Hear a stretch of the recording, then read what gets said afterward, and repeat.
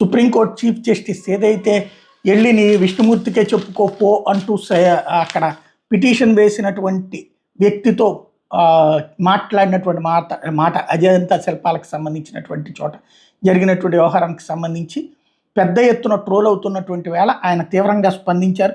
తాను అన్ని మతాలను గౌరవిస్తానని సుప్రీంకోర్టు ప్రధాన న్యాయమూర్తి జస్టిస్ బిఆర్ గవాయ్ స్పష్టం చేశారు. విష్ణుమూర్తి మీద చేసిన వ్యాఖ్యల నేపథ్యంలో సోషల్ మీడియాలో తన మీద వస్తున్న ఆరోపణ పట్ల ఆయన స్పందించారు, ఖండించారు.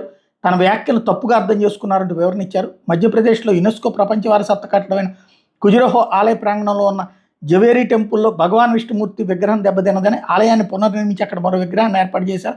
ప్రభుత్వాన్ని ఆదేశించాలని కోరుతూ రాకేష్ దలాల్ అనే వ్యక్తి సుప్రీంకోర్టులో ప్రజా ప్రయోజన వ్యాజ్యం దాఖలు చేశారు. దీని మీద సిజేఐ గవాయితో పాటుగా జస్టిస్ కె వినోద్ చంద్రన్తో కూడిన ధర్మాసనం ఈ నెల 16న విచారణ చేపట్టింది. పిటిషన్ తిరస్కరించింది. అది ప్రచార ప్రయోజన వ్యాజ్యం అంటూ ఆక్షేపించింది. విగ్రహం విషయంలో మీరు ఆరాధిస్తున్న విష్ణుమూర్తిని ఏదో ఒకటి చేయమని అడగండి అంటూ పిటిషన్కి జస్టిస్ గవాయ్ సూచించారు. అట్లా చేస్తే మీరు నిజమైన విష్ణు భక్తులు అవుతారని చెప్పుచ్చారు. దేవుణ్ణి ప్రార్థించి తర్వాత యోగా చేయండి అని పేర్కొన్నారు. శివుడికి మీరు వ్యతిరేకం కాకపోతే అక్కడే ఖుజురహోలో పెద్ద శివలింగం ఉంది, దాన్ని పూజించండి అంటూ జస్టిస్ గవాయ్ చెప్పుకొచ్చారు.